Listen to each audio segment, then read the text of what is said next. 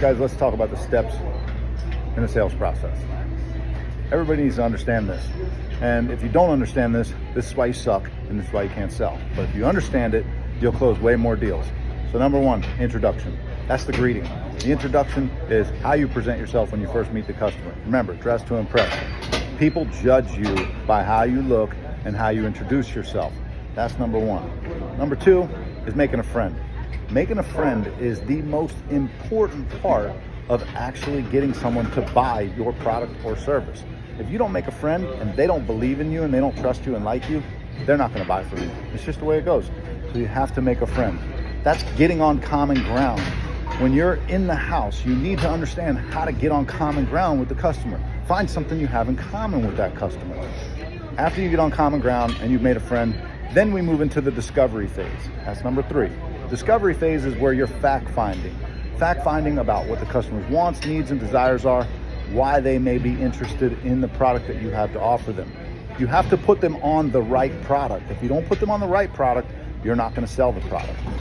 Now, during the fact-finding phase, you have to ask the right questions so that you can put them on the right product. If you don't ask the right questions and get real answers from your customer, how are you ever going to put them on the right product? So, after you go through the fact-finding phase, discovery, the next step, number 4, is demonstration presentation. You have to demonstrate the right product in order to sell the product. When you do the demonstration and the presentation, now you're demonstrating your product and getting the customer involved in understanding the product that you have to offer them. Once you go through the demonstration presentation, that's when you go towards the close. Now, there's a lot that happens in the closing phase with overcoming objections and all the different things like that. So, number 5, we're gonna ask for the close. But before we ask for the close, we're gonna ask one simple question. The question is, have you heard enough to make a decision? Understand that. Have you heard enough to make a decision? If they haven't heard enough to make a decision, then you're gonna find out what you need to do next. If they haven't heard enough to make a decision and they say no, then you haven't demonstrated your product good enough. You need to get back into the demonstration phase and educate them more on the product. Remember, don't sell the product, sell the service, sell the sizzle, sell the experience. When you sell the experience that the product's gonna give them, you're gonna have a much better chance at closing the deal. If you just sell the product based on specifications, fuck man, they can look that up on Google. Sell the sizzle, man. Sell the experience. Sell what they're gonna get. Educating them on the product is very, very important. So when they haven't heard enough to make a decision, you're going back into the demonstration phase. If they have heard enough to make a decision, that's when you're gonna ask for the close. All right, so let's move forward. Let's get this taken care of for you. How do you wanna pay for it? Cash, check, credit card, those kind of things. Ask for the money. If you don't ask for the money, I promise you they're not gonna just rip their wallet out, give you their credit card. You have to ask. When you ask for the money, if they say no, then that's when you need to handle the objections. You need to go back into the kind of, have you heard enough to make a decision, but you're not going to ask, have you heard enough to make a decision again? You're going to present it to them in a manner that says, Mrs. Jones, is it fair enough to say that if you get this product, we're talking about any product here, if you get this product, it's going to give you X, Y, and Z result. And they're either going to say yes or no. If they say no, then you haven't demonstrated your product enough yet. You have not convinced them that the product is going to solve their problem.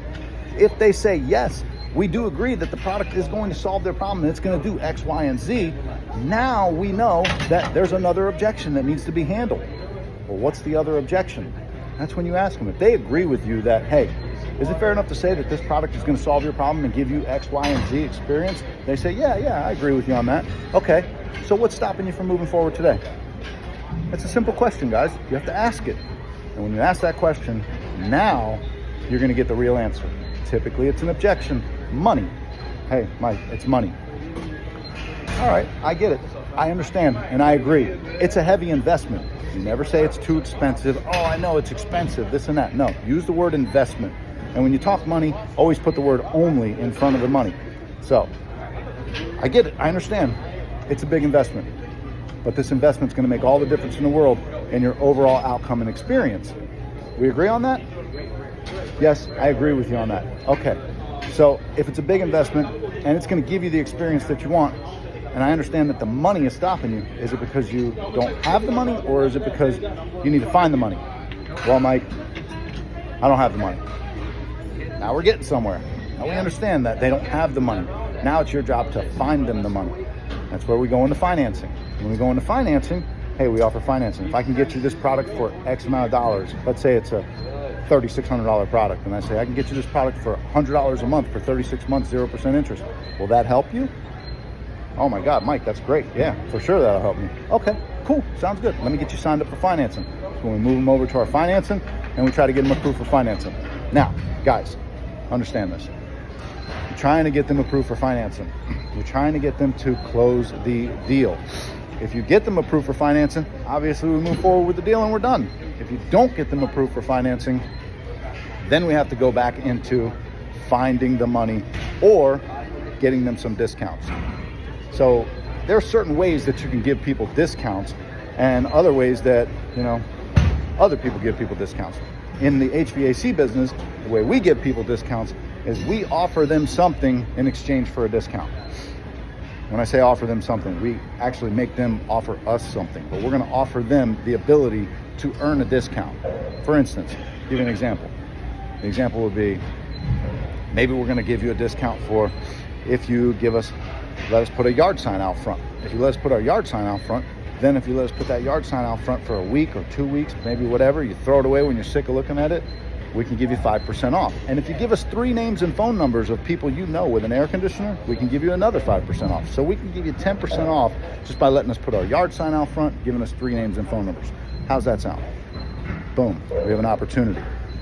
Now, once we have that opportunity and we're giving them discounts for that particular yard sign out front, and we'll see if maybe they can find the money now, because a lot of times they have a credit card or they have the money.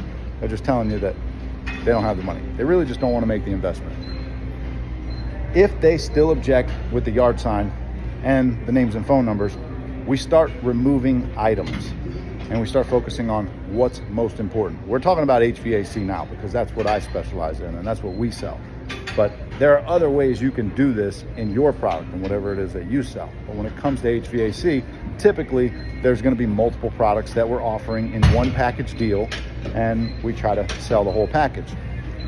If it's still a no on the discount, we start removing items that are not too important, like the critical items and things that they can do later on, but we start focusing on what's most important. Do this, this, and this today, and let's remove this item, and it's only this much money.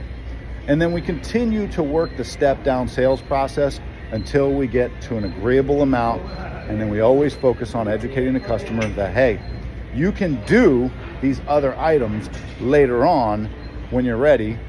Save up the money for it. Figure out in your mind that, hey, I'm ready to make this investment in these other items. You can always call us later on and add those items and get those items installed. But that's the step-down sales process, guys. Hope you learned something today. Have a good day.